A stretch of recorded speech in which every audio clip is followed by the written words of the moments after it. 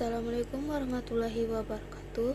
Perkenalkan, nama saya Putri Rahmawati dengan NIM 234821104. Di sini saya akan menjelaskan kembali materi yang telah saya kumpulkan dan saya cari tentang penyakit kardiovaskular dengan dosen pengampu saya Bapak APT Rizky Yulian Putra M.Pharm. Baiklah, di sini kita akan mulai dengan apa sih penyakit kardiovaskular itu? Penyakit kardiovaskular adalah penyakit yang disebabkan adanya gangguan pada jantung dan pembuluh darah. Lalu, sistem kardiovaskular. Sistem kardiovaskular adalah kumpulan organ yang bekerja sama untuk melakukan fungsi transportasi dalam tubuh manusia. Sistem ini bertanggung jawab untuk mentransformasikan darah yang mengandung nutrisi, bahan sisa metabolisme, hormon, zat kekebalan tubuh, dan zat lainnya ke seluruh tubuh. Dengan tersampainya hormon ke seluruh bagian tubuh, kecepatan metabolisme juga akan dapat diatur. Berikut ada patogenesis dari sistem kardiovaskular. Ada hipertensi, aritmia jantung, gagal jantung, sindrom koroner akut, aterosklerosis, dan tromboemboli vena jantung. Baiklah, kita mulai dengan hipertensi. Hipertensi ini disebabkan oleh meningkatnya tekanan darah di dalam arteri. Jantung memompa lebih kuat sehingga mengalirkan lebih banyak cairan pada setiap detiknya, sehingga arteri besar kehilangan kelenturan dan menjadi kaku yang mengakibatkan tidak dapat mengembang saat jantung memompa. Lalu ada aritmia jantung. Aritmia ini merupakan gangguan pada pembentukan impuls yang menyebabkan meningkatnya automatisitas sel pacemaker. Kondisi ini menyebabkan penghambatan impuls atau blokade perubahan dalam kecepatan induksi. Yang ketiga ada gagal jantung. Pada kondisi ini, jantung mungkin tidak menyediakan darah yang cukup bagi jaringan untuk kebutuhan metabolisme, dan peningkatan tekanan vena pulmonal atau sistemik yang berhubungan dengan jantung dapat menyebabkan kemacetan organ. Kondisi ini dapat disebabkan oleh kelainan fungsi sistolik dan diastolik atau umumnya keduanya. Lalu ada sindrom koroner akut. Kondisi ini menyebabkan menurunnya aliran darah ke otot jantung. Penurunan aliran darah ini bisa terjadi akibat terbentuknya plat aterosklerosis atau terjadinya ruptur plak aterosklerosis yang telah ada sehingga memicu adanya trombus. Aterosklerosis ini terjadi akibat proses kronik dari lesi dinding arteri. Terjadinya lesi dinding arteri berhubungan dengan retensi lipid di tunika intimo oleh matriks proteoglikan yang menyebabkan modifikasi dan inflasi arteri. Faktor yang memicu aterosklerosis meliputi disfungsi endotelial, dislipidemia, peradangan, faktor imunologi, ruptur plak, dan kebiasaan merokok. Lalu tromboemboli vena jantung. Penyakit ini disebabkan karena triad Virchow. Kelainan ini terjadi setelah imobilitas berkepanjangan. Obstruksi vena dapat timbul akibat kompresi eksternal yang disebabkan kelenjar getah bening, tumor besar, atau kompresi intravaskular. Lalu ada klasifikasinya. Kita mulai dengan hipertensi. Klasifikasinya terbagi menjadi dua, yaitu hipertensi esensial dan hipertensi sekunder. Hipertensi esensial ini biasa dikenal dengan hipertensi primer yang tidak diketahui penyebabnya. Lalu hipertensi sekunder ini penyebabnya dapat ditentukan. Contohnya yaitu pada kelainan pembuluh darah ginjal, gangguan kelenjar tiroid, dan penyakit kelenjar adrenal. Lalu aritmia jantung juga terbagi dua, yaitu bradiaritmia dan tachyarrhythmia.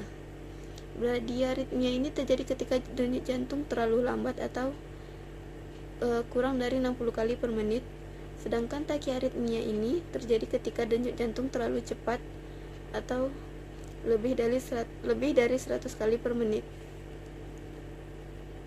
Lalu gagal jantung. Gagal jantung ini juga terbagi menjadi dua, yaitu gagal jantung dengan penurunan fraksi ejeksi atau HF sistolik. Yang kedua ada gagal jantung dengan fraksi ejeksi yang dipertahankan atau HF diastolik. HF sistolik ini didefinisikan sebagai gagal jantung dengan fraksi ejeksi ventrikal kiri kecil dari 40%. Sedangkan HF diastolik didefinisikan sebagai gagal jantung dengan besar dari 50%.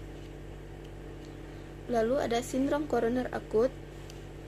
Itu terbagi menjadi tiga, yaitu angina tidak stabil, MI elevasi segmen ST non ST, dan MI elevasi segmen ST. Angina tidak stabil ini didefinisikan sebagai satu atau lebih gejala pada pasien yang biomarker jantungnya atau tidak memenuhi kriteria infark miokard. Lalu untuk MI elevasi segmen ST non-ST, ini merupakan nekrosis miokard tanpa segmen ST akut. Perubahan EKG seperti depresi segmen ST, inversi gelombang T atau keduanya mungkin terjadi. Lalu yang terakhir ada MI elevasi segmen ST. Ini merupakan nekrosis miokard dengan perubahan EKG yang menunjukkan elevasi segmen ST yang tidak cepat dibalik dengan nitrogliserin atau menunjukkan blok cabang berkas kiri yang baru. Lalu ada aterosklerosis, itu terbagi menjadi dua, yaitu lesi aterosklerosis awal atau fatty streak, dan yang kedua ada plak fibrosa. Fatty streak ini merupakan lapisan lemak yang berwarna kuning pada pembuluh darah arteri, membentuk bercak kecil dari 1 mm atau garis selebar 1-2 mm dan panjangnya mencapai 1 mm. Untuk plak fibrosa ini, lesi patologis aterosklerosis yang paling berbahaya karena memiliki bentuk yang tegas, pucat, abu-abu dan yang menebal dapat menonjol ke lumen arteri. Lalu ada tromboemboli vena jantung, itu terbagi menjadi dua, yaitu trombosis vena dalam atau DVT dan embolisme paru atau PI. Untuk DVT ini kondisinya biasanya dimulai di area betis kaki. Mayoritas bentuk trombus vena di dalam bawah trifurkasi poplitea atau DVT distal kemungkinan besar akan hilang secara spontan tanpa gejala. Lalu untuk PE ini gejalanya seperti dyspnea atau yang baru memburuk, seperti nyeri dada, hipotensi berkelanjutan atau tanpa penyebab alternatif, terjadi pada sekitar 30-40% pasien dengan VTE. Yang terakhir kita akan bahas tentang faktor risiko. Kita mulai dengan hipertensi. Faktor risikonya ada dua, yaitu dapat diubah dan tidak dapat diubah. Nah, yang dapat diubah ini itu faktornya disebabkan oleh perilaku keseharian kita seperti merokok, konsumsi garam berlebih, kegemukan, diet rendah serat, dan mengkonsumsi alkohol yang terlalu banyak. Lalu, untuk yang tidak dapat diubah, itu faktor yang melekat pada diri kita seperti umur, jenis kelamin, dan juga genetik. Lalu pada aritmia jantung itu terbagi menjadi 4 faktor risiko. Yang pertama, bertambahnya usia. Yang kedua, riwayat aritmia jantung. Yang ketiga, ada kondisi medis. Yang keempat ada paparan lingkungan. Lalu pada gagal jantung itu terbagi menjadi 6 faktor risiko. Ada penyakit arteri koroner, tekanan darah tinggi, diabetes tipe 2, sindrom metabolik, tiroid hiperaktif, dan penuaan.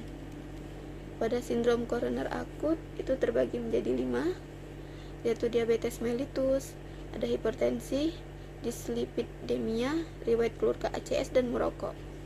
Aterosklerosis terbagi menjadi 3, yaitu tekanan darah tinggi, kadar CRP tinggi, dan kadar trigliserida tinggi. Lalu yang terakhir ada pada tromboemboli vena jantung, itu terbagi menjadi 12, yaitu cedera pada pembuluh darah, infeksi, aliran darah lambat, genetika, estrogen tinggi akibat kehamilan, lalu kondisi pembekuan darah, penyakit kronis tertentu, faktor gaya hidup, usia, penderita kanker, menjalani operasi, dan patah tulang. Baiklah, sekian dari saya.